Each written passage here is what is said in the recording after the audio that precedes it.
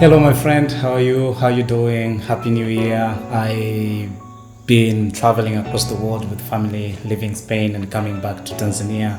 So if you didn't watch the short film yet, please go watch it and then come back so we can be in the same page on this one. I shot this film, I think it was December last year in Catalonia. It was fun, everything went smooth.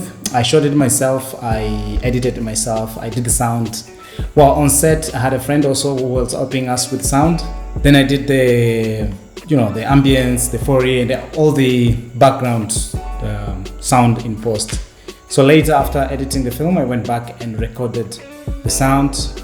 I did a few times. I went with my wife. She was running and I was recording. Anyway, so we're gonna do it very quick. Cinematography breakdown and some tips on sound. Let's go. This was my first time trying to use the gimbal. I've never used the gimbal in my life. I've never touched the gimbal in my life. So this was like my first experience, even feeling it with the actor in front of me. So it was a bit challenging. And I didn't know how much heavy with the C100 Mark II. The shot, I believe, was amazing. You know, when you're running, the image look a bit blurry. You cannot really see the subject. So I wanted to go as slow as possible so that we can get a bit cleaner image without having everything in a blurry. I shot it in Cinemalog. I think it was 2.8 the aperture, and I shot it in 24 frames per second. You can see the gimbal a bit struggling. Okay, so this we shot on the train track. So as you can see, like I chose this part because I feel like this train track and this electric poles with the mountains is like directing you towards the subject. You know, the famous technique of putting the subject towards something that grabs viewers' attention. I like also the light. It was like I wanted to shoot this time because I was very concerned about how it's gonna look, considering that this place doesn't have any practical light. And I remember waiting specifically for the sun to go a bit down. You have seen this little bit here, this part. So this is where we start to introduce the villain. However, this shot was very tough to do because I wanted to start from the fence going up, and the camera on the gimbal was not letting me do all this maneuver. It was like always hitting something, the camera flipping. I've learned long ago also in my movie, the feature film that I did. Also in my previous work, I learned that it's really nice when you cut in action, and it makes the continuity and the flow of the sequence better. If I could have let him pass and then cut to that wide angle, probably it won't be appealing. Some people, they are just photogenic, and I think she's amazing. Just not being have very strong features in the face, but she's also an amazing actress. So here the sun almost was gone. It was like a little bit, I was very aware that I'm going to lose the sun if I'm not going to get the important shot. So I think after I did the reverse, the backward, when I'm following her from behind, I went quickly to get the reverse because I knew I'm going to see the face and the clouds on her left side. And if the sun is really gone, it could have been not very appealing. So I like the way the sky is still have this bluish and yellowish tone, and it's falling also in a bit on the side of her face to the left side. I wish I could have a reflector a bit to create a sparkling in her eyes, but I didn't. One-man army. So then I cut to, this is a random footage that I shot in Barcelona, and I shot this at evening around 6. No, I think it was summer, so the sun was like very weird. So as you can see, the sky is very blue. Also, there's like a very blue tone. I wanted this to be this way. When I was shooting this, I didn't really intend to be this way. I shot with I think it was a 3200 Kelvin on the camera, so that I could get this bluish with the sunset. And also the building is a bit dark blue, so it went very well. So if you see the windows in the first floor, like the way they reflect the sky in this yellowish atmosphere, it's really nice. The same level of the sky. The more you go up, the yellows, you don't see them. And these little silhouette buildings, I toned it down a bit in DaVinci when I was doing colors. And this was in the last day. So I shot this like in 3 or 4 days. So inside here, I put the Amaran 60SX, I believe is the name. So I put it warm, as you can see, but just to create a bit of the dimension of the video. And here, all these were practicals. I didn't have any light apart from the non-light I had. There was like a wall here, a glass wall, where there's a sitting room. So there was a lot of light coming on her left side, and which helped to raise the ambience in this side because the light here was not very strong, this kitchen light. And this, again, I'm in the gimbal. The sound of the key you hear playing, this is, again, I did Foley myself. Because of the light was not very strong, the focus was really struggling. And everything I left, I set it on autofocus so that I won't really struggle with the gimbal. And I just wanted things to be as simple as possible. As you can see, the camera was struggling a lot. I don't like very much this shot because I'm from this side.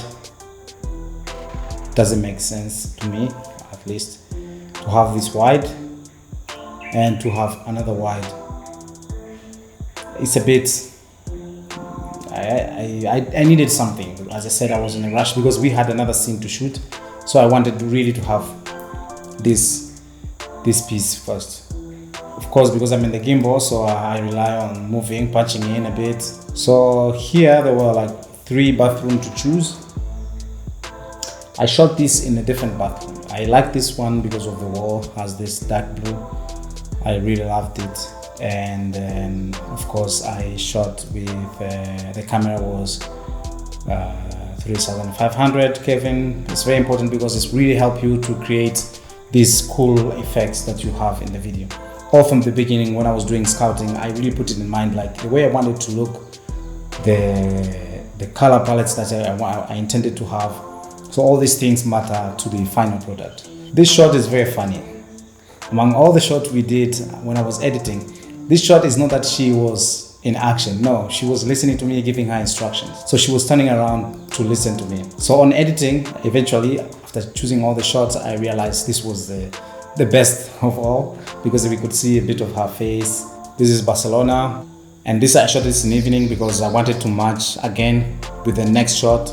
I like this one, the metros, the buses, the taxis, all this. The light hitting the side of the cars.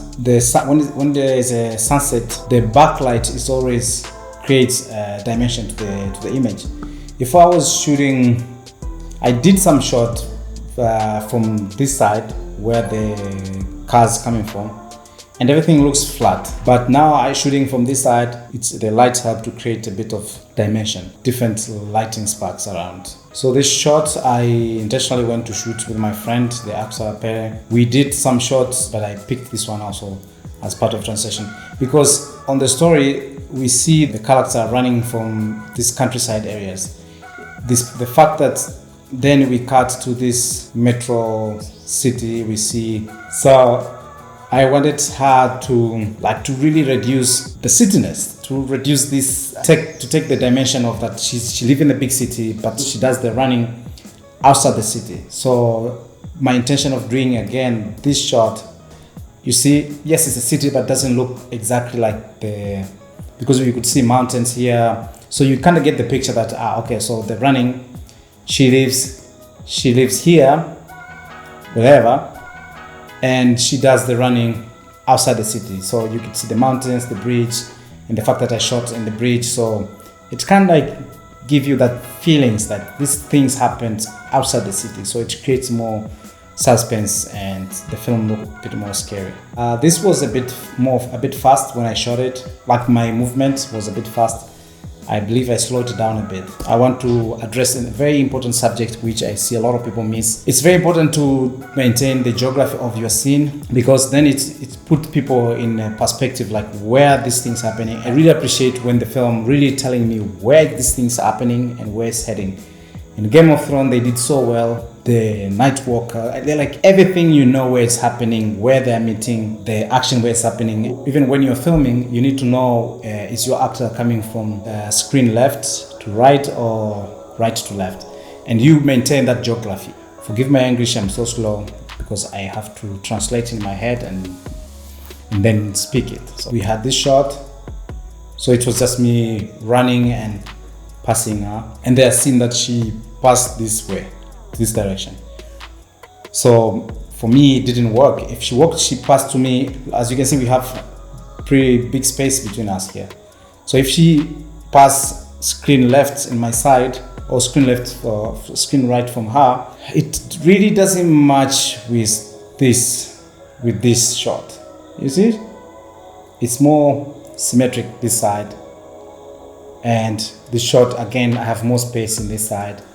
So cutting to this, if she could go in this side a bit, you feel like you are jumping, they say crossing the line. It makes sense even when I cut this shot, on the screen she looks like she's going back, but based on the space and the position and the geography of the set, the way it is, you can tell that she's progressing. Yes, go, camera keep going the same direction, so the viewers doesn't get dizzy.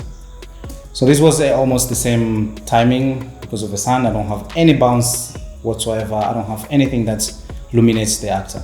I chose the jacket on purpose because of these colors. I wanted them to stand out a bit. I had a black jacket. I knew it would fade in the image when the contrast is high. Sound effects the same, jacket, and all these things are done in post. I didn't use the on-site sound.